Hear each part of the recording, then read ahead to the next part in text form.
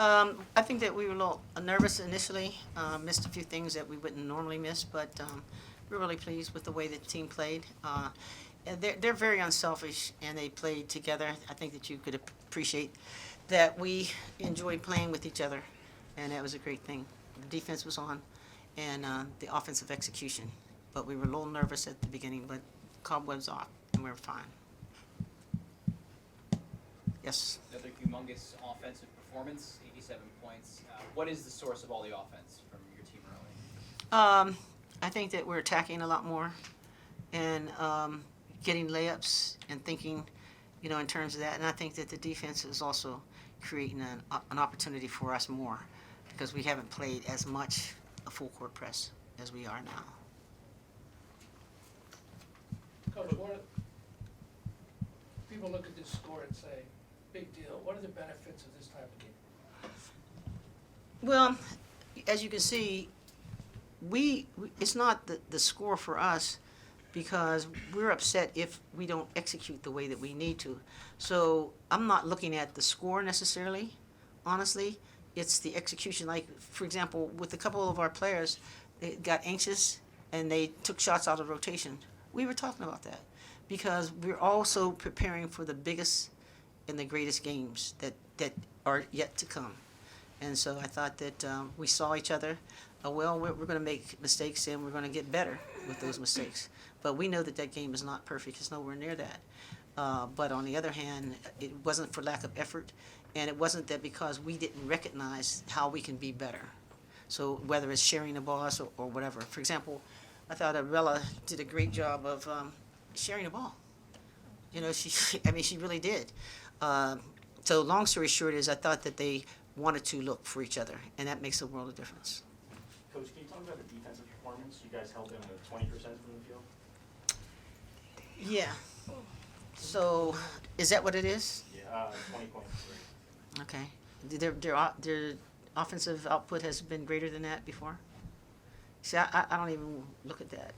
I just know that we're going to be accountable for the defense, and we're playing more with an attitude because it's not okay for us to, get 10 points and we give up 15 or anything near that. So we're working really hard in terms of not letting any team score. And I thought that was evident today.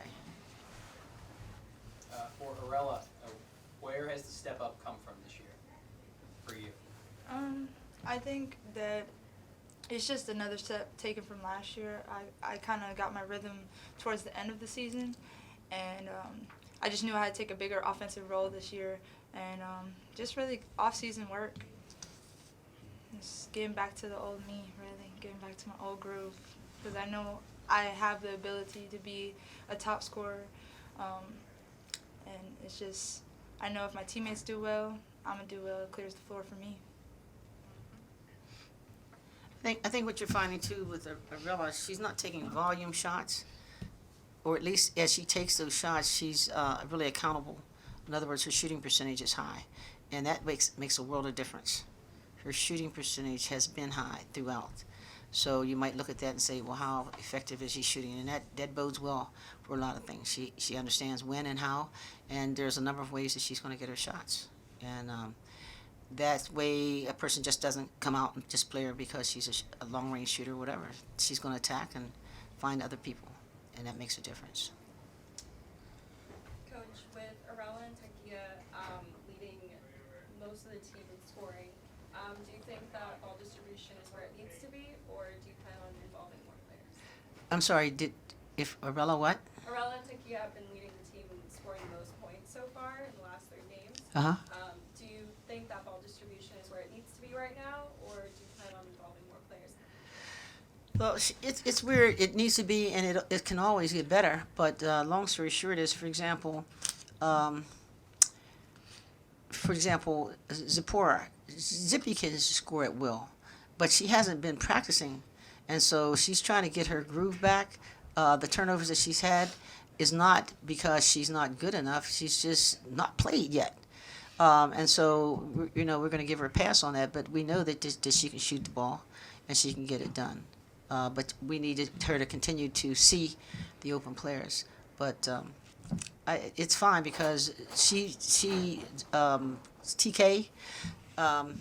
they are touching the ball more than anybody else. You know, so if Arella's touching it more, then she's going to see more, and that speaks to her vision. And the same thing with T Baby, who recognizes, you know, that she can make herself available for passes, which lead to scores.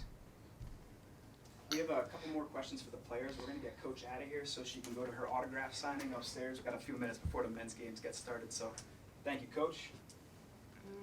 Okay, it's okay. Go ahead. Oh, you good to stay? Yeah. For Mael, second career double-double, career high, 16 rebounds I think it was tonight. Where is the presence in the paint coming from this year? I don't know.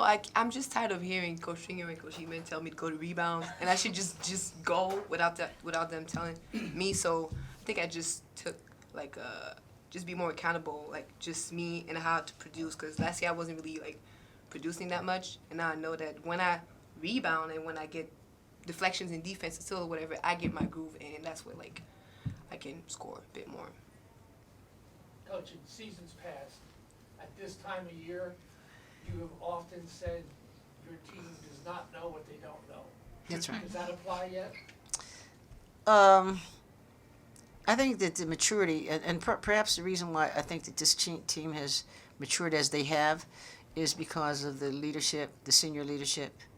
You know, from Arella, KK, Mael, even Zippy and Noga, who are contributors, because the young people that are coming in have, you know, had the first year of playing for us, but they don't know. But here's the greatest thing that could happen to a team is when they can make comments and the players that they're making comments to are receptive. And generally, you know, like a lot of times, like, wait, well, Dad, why are you saying that? Why are you saying this? Why are you saying that? But this team has given so much of themselves, and they're more than willing to listen.